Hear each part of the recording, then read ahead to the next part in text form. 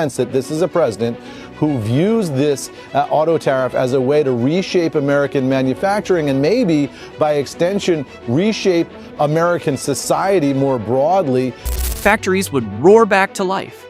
Hard hats would hang in lockers again. Men and women would return to the jobs that once built the backbone of this country. Good jobs, reliable jobs, jobs that didn't require a college degree to live with dignity. That was the vision Donald Trump sold to millions of Americans during his presidential campaign. It wasn't just a political pitch. It was a nostalgic anthem, a callback to a time when America made things and when American workers stood at the center of the global economy. From Michigan to Pennsylvania, Wisconsin to Ohio, Trump promised that the exodus of American manufacturing would end under his watch. Corporations like Ford and John Deere, he insisted, would stop chasing profits overseas.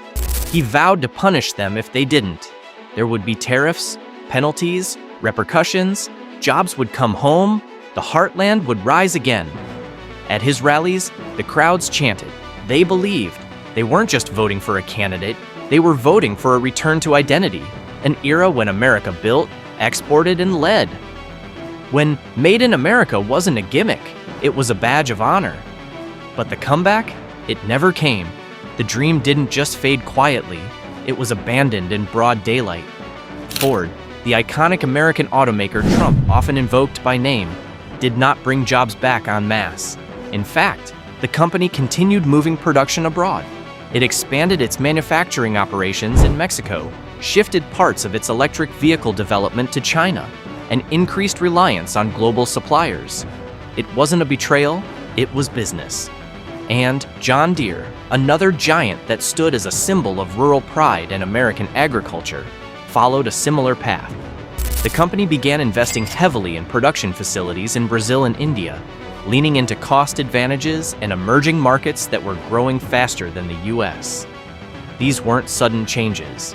They were strategic decisions that had been set in motion years earlier, driven by the global marketplace, not the White House. Trump's tariffs, rather than keeping companies in America, gave them new reasons to accelerate their exit. CEOs didn't hold press conferences to announce their departures. They just shifted supply chains quietly, restructured operations, and left communities wondering what happened. By 2018, Trump had launched a full-scale trade war, targeting imports from countries like China, Canada, and the EU.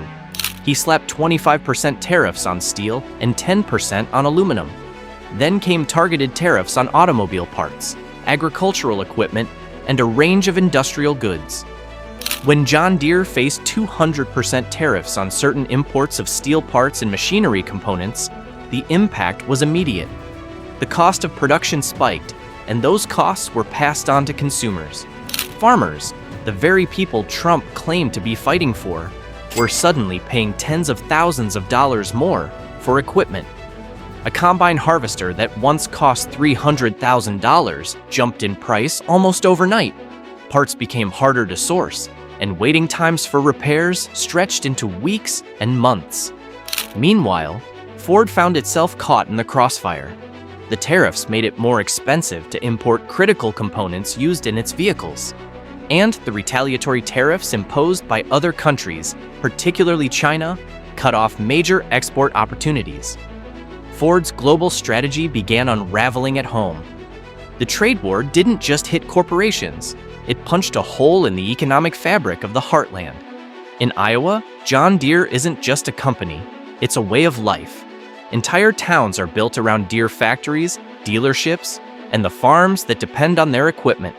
When prices jumped and sales slowed, dealerships laid off workers, service centers cut hours, and families faced impossible choices.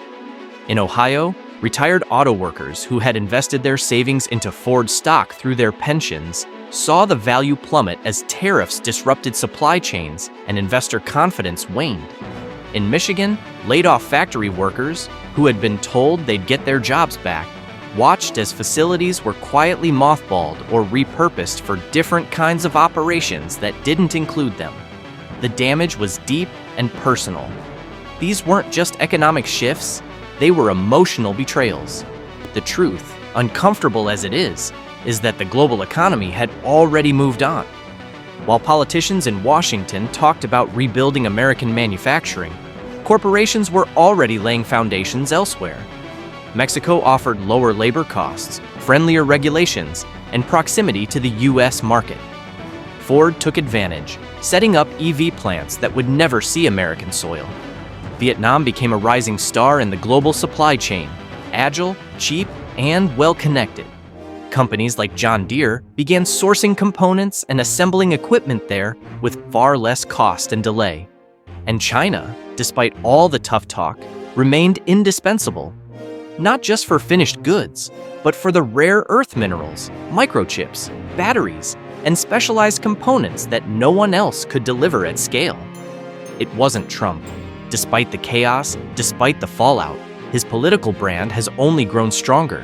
His rallies still pack stadiums, his words still dominate headlines. To his base, he remains the outsider hero, the man who fought the system, even if the results never quite arrived. He walks away from the wreckage of his own economic experiment without consequence, untouched by the reality left behind. It wasn't Ford or John Deere either. These global giants didn't buckle under tariffs or patriotic pleas. They pivoted, adjusted, and restructured like any multinational business would. When the cost of steel rose in the US, they sourced it elsewhere. When one country slapped on tariffs, they shifted production to another. Their shareholders stayed happy, their profits stabilized, and their supply chains remained agile, even if it meant moving farther from American soil. But someone did lose. It was the workers, the welders, the machinists, the farmers, the small-town business owners, the true believers. They were the ones who placed their hope in a promise. Not just a political one, but a cultural one. The promise that America would look out for its own, that their hard work and loyalty would mean something, that they weren't forgotten. But they were. Take the wheat farmer in Nebraska. For generations, his family has worked the same fields, rising with the sun, braving droughts, storms, and price drops. When tariffs made John Deere's machinery more expensive, he had to make a choice: buy used and risk breakdowns during harvest, or take out another loan for a new combine he could barely afford.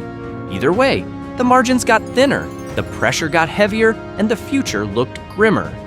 So here we stand, amid closed factories, silent farmlands, and broken promises. Made in America still appears on labels, but peel them back and you'll find the truth. A gearbox from Germany, a sensor from Taiwan, an assembly line in Mexico. The phrase has become a marketing tool, plastered over supply chains that stretch across oceans and never touch American soil. The revival we were promised? It wasn't postponed. It was never designed to happen.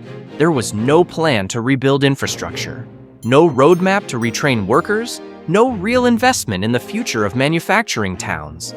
And now, the question echoes through quiet kitchens and closed union halls across the country. If the factories aren't coming back, what replaces them? How do we rebuild towns that were never built for remote work and tech startups? How do we give purpose back to communities that once thrived on making, fixing, growing? How do you restore trust in a system that gave people hope and then turned away the moment it became inconvenient? Most haunting of all, what happens when a generation of Americans decides it no longer believes in the promise at all? Because that's what's at stake. Not just jobs, not just dollars, but faith. Faith in a country that once stood for something more than slogans and speeches. We are not just facing an economic crisis. We're staring down a crisis of identity.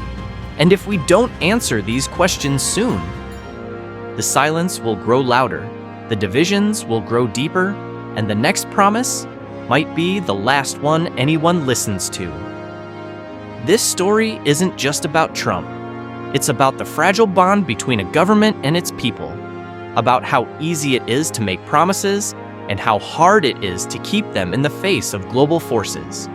It's about the soul of the working class and how, when ignored long enough, that soul begins to crack. Because at the heart of it, This was never just about jobs. It was about identity, trust, dignity. And if America can't protect that, then we have to ask, what kind of country are we becoming? Are you seeing this in your town? Are you living it? Drop a comment below. And if this story resonates, subscribe, because this isn't over. This is just the beginning.